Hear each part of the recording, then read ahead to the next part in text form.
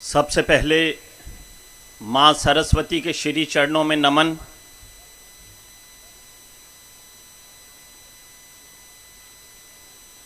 मध्यकाल में नैतिक जीवन किस प्रकार से जिया जाए, यह बात बताने वाले संत भगवान श्री जंबेश्वर जी को प्रणाम तथा मंच पर विराजमान और मंच के समक्ष विराजमान प्रत्येक व्यक्तित्व को श्री गुरु जंबेश्वर का अंश मानते हुए प्रणाम।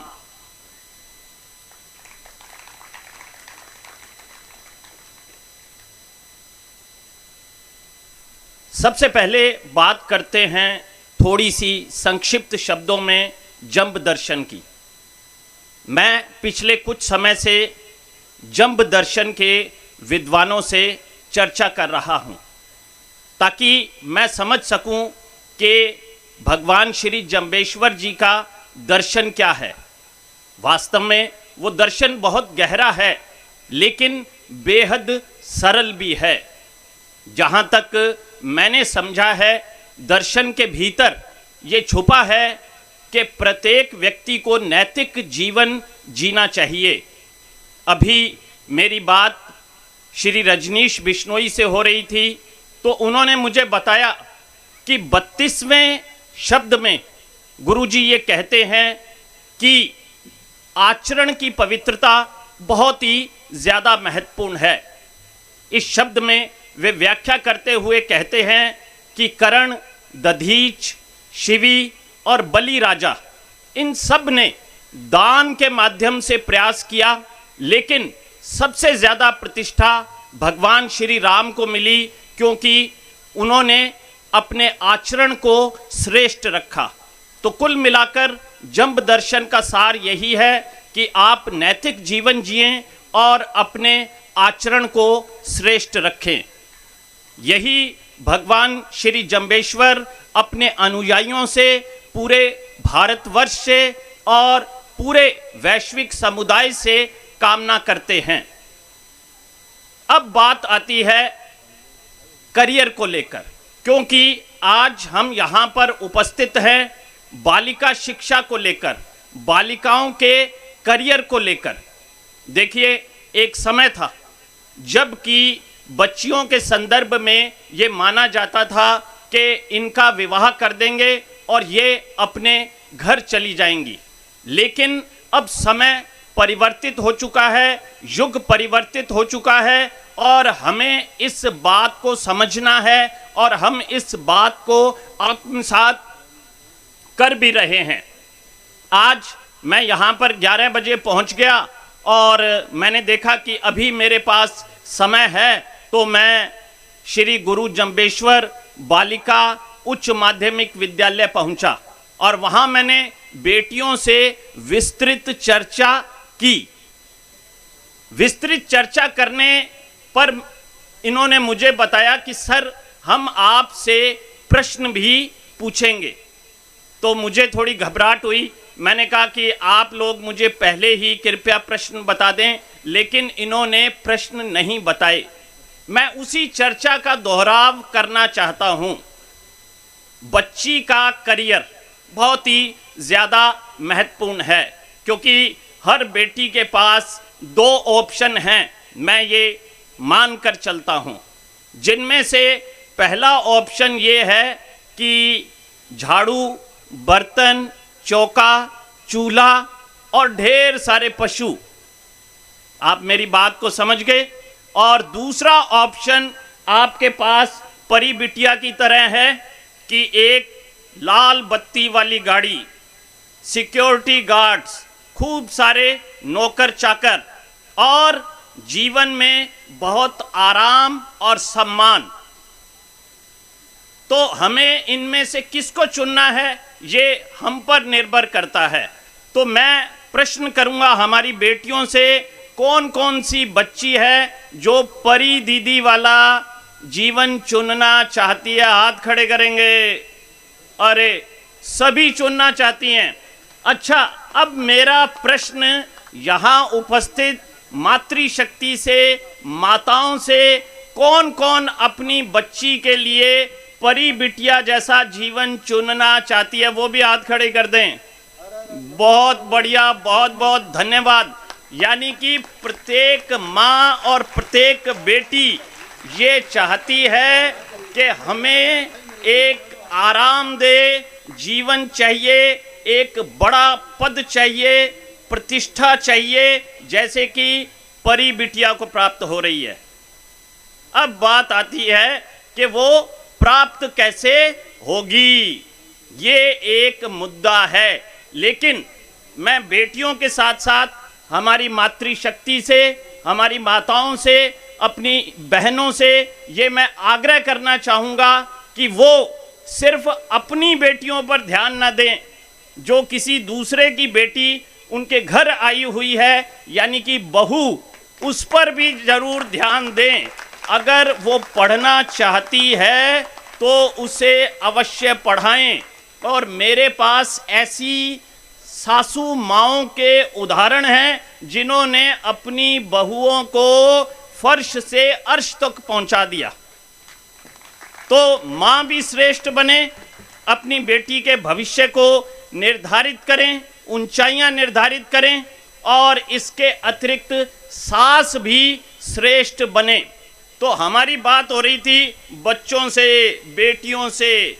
आपको करना क्या है, मैं समय बहुत ही कम लूँगा। सबसे पहले एक काम करना है। मैं एक फार्मूले का जिक्र करने जा रहा हूँ जिसे मैं TPW का फार्मूला कहता हूँ। T का मतलब है टारगेट, अर्थात लक्ष्य।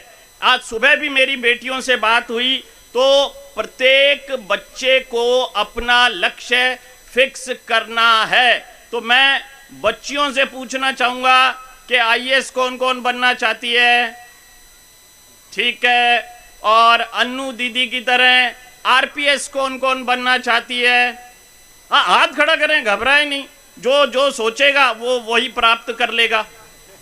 और फिर मेरा प्रश्न ये है कि टीचर कौन कौन बनना चाहता है? बिल्कुल सही। अब आज सुबह मेरी एक बात हुई थी, जैसे कि चर्चा में आ रहा था कि हर कोई तो गोल अचीव नहीं करेगा। कोई बात नहीं, हम प्लान बी को भी अपने साथ लेकर चलेंगे।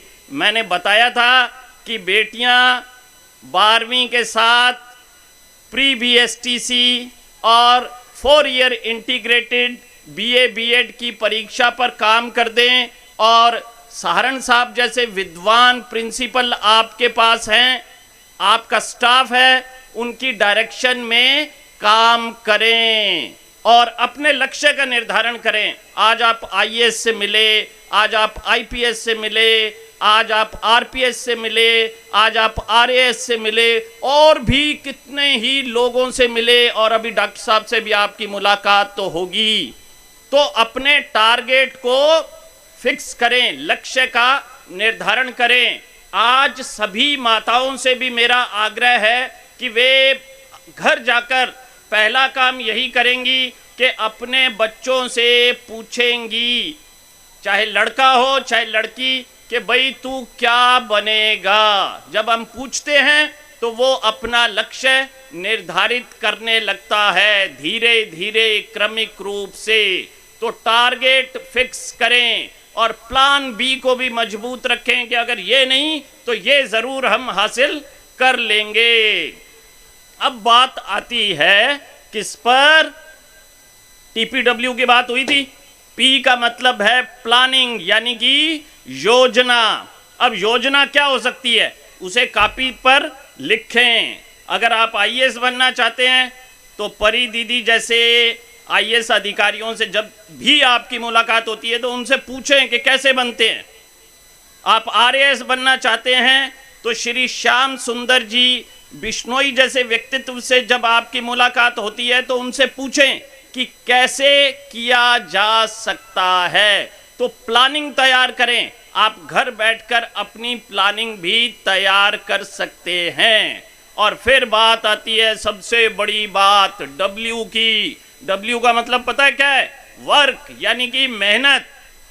अभी हम क्या करते हैं कई बार कि रात को 8 बजते बजते खाना खा लेते हैं और फिर हमें नींद आने लगती है। तो नींद लेने वाला गोल अचीव नहीं करेगा, मेहनत करनी पड़ेगी। तो फार्मूला याद रखेंगे, TPW, यानी कि टारगेट, प्लानिंग और वर्क। बस लक्ष्य आपको प्राप्त हो जाएगा। एक मैं माताओं से फिर आग्रह करना चाहूँगा। मैं परी बिटिया की मम्मी श्रीमती सुशीला बिश्नोई से मिला तो मुझे ये लगा कि अगर परी की उपलब्धि है तो इसके पीछे उनकी माँ की भूमिका ज़्यादा है। तो बस ठीक वैसी ही भूमिका निभाएं जैसी कि परी बिटिया की मम्मी ने निभाई। आप सबका ये नैतिक दायित्व है। तो इतनी सी बात मुझे कहनी थी, लेकिन अब एक बात मैं और कहना चाहूँगा। आज हमारे देश को, हमारे समाज को, हमारे राष्ट्र को ज़रूरत है इस बात की कि शिक्षा के क्षेत्र में काम हो, सामाजिक कुरीतियों के क्षेत्र में काम हो और आपके समाज के एक विराट व्यक्तित्व आचार्य स्वामी श्री सच्चिदानंद जी इस दायित्व को बखूबी निभा रहे हैं। मेरी उनसे जब विस्तृत चर्चा हुई तो मैं धार्मिक दृष्टिकोण से बात नहीं कर रहा, मैं एक निष्पक्ष मूल्यांकन करते हुए कह रहा हूं कि मुझे लगा कि ये वो व्यक्तित्व हैं जो भविष्य में राष्ट्रीय संत का दर्जा प्राप्त करेंगे, क्योंकि वो समाज के लिए सोचते हैं, वो राष्ट्र के लिए सोचते हैं। तो इतना सा मेरा आग्रह था, निवेदन था। तो बेटियां जो है वो खूब मेहनत से पढ़ें, माताएं जो हैं अपनी बेटियों को प्रेरित करें, अपने बेटों को प्रेरित करें और इसके अतिरिक्त समाज के अंदर जितनी भी सकारात्मक चीज़ें हैं उन सभी के लिए आप अपने भीतर सकारात्मकता लाएं। खासकर आपके आइकॉन ऐसे व्यक्तित्व होने चाहिए। तो इतनी सी बात। अब बारी होगी प्रश्नों की। हालांकि मुझे बताया नहीं, कुछ बेटियां हंस रही हैं कि अब ये फंसेंगे, मेरे को भी डर लग रहा है। हाँ। मेरा नाम सोनू है। मैं श्री गुरु जमशेद बालिका उच्च माध्यमिक विद्यालय की कक्षा 12 की छात्रा हूँ। मेरा आपसे प्रश्न इस प्रकार है कि देखने में आया है कि प्रतियोगी परीक्षा की आयु सीमा में बढ़ोतरी की जा रही है, लेकिन प्रतियोगी परीक्षा की आयु सीमा, अधिकतम आयु सीमा 40 वर्ष है। 40 वर्ष है और इसमें 40 वर्ष तक अगर एक व्यक्ति 40 वर्ष तक प्रतियोगी परीक्षा की तैयारी करता रहे और वह सफल न हो तो उसमें क्या वह सभी क्षेत्रों में असफल है? तो इसमें आपके क्या विचार? देखिए, हम लोकतांत्रिक देश के निवासी हैं जहां पर तमाम व्यवस्थाएं संविधान के अनुसार ही चलती हैं। अब बात ये आती है कि परीक्षा की अवस्था 40-45 वर्ष कर दी गई है। अगर कोई व्यक्ति सफल ना हो तो क्या होगा? जबकि मुझे लगता है कि अवस्था होनी चाहिए, सबको मौका मिलना चाहिए। आपके सामने एक उदाहरण श्री देवेंद्र जी बिश्नोई का आया कि जिन्होंने प्रयास किए, असफलताएं मिली, फिर नौकरी में गए, असिस्टेंट कमांडेंट बने और फिर लगातार परीक्षा देते हुए अंत में आरपीएस बने और आज आईपीएस के रूप में हमारे सामने मौजूद हैं। तो लोकतंत्र में अवसर सबको मिलना चाहिए। हाँ, अगर हम अपनी योजना को बड़ा परफेक्ट रखते हैं, प्लान ए के साथ प्लान बी को भी मजबूत रखते हैं, तो असफलता की कोई गुंजाइश नहीं है। तो मैं इसे सही मानता हूं।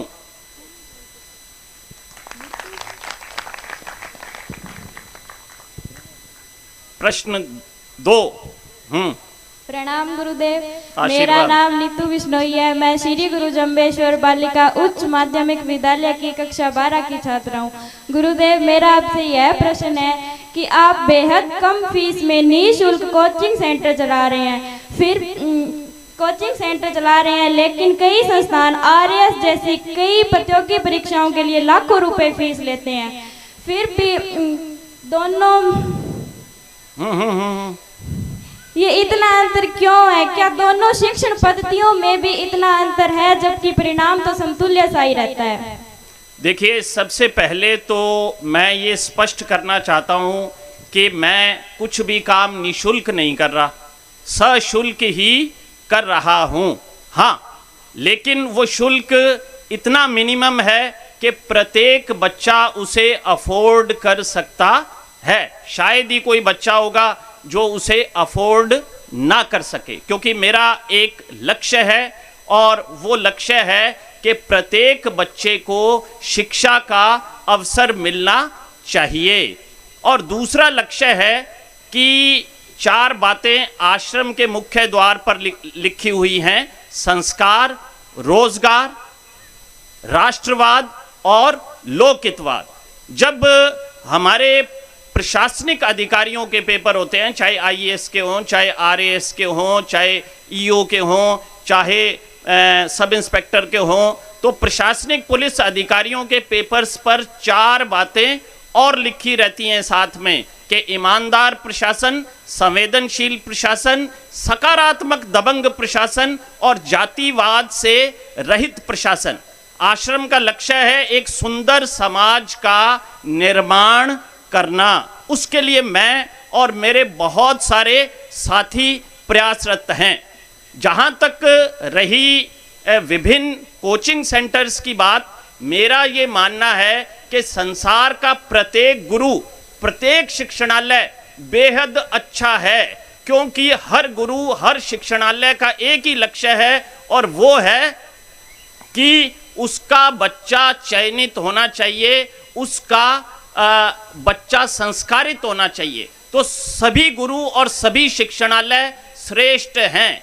शिक्षण पद्धति की बात करें तो जब नाम आश्रम है तो शिक्षण पद्धति भी हमारी परंपरागत ही है। तो शिक्षण पद्धति में जरूर थोड़ा बहुत अंतर आपको देखने के लिए मिल जाएगा, लेकिन प्रत्येक अध्यापक और प्रत्येक शिक्षण संस्थान को मैं श्रेष्ठ मानता हूं, क्योंकि वो समाज और विद्यार्थी प्रत्येक का भला चाहता है।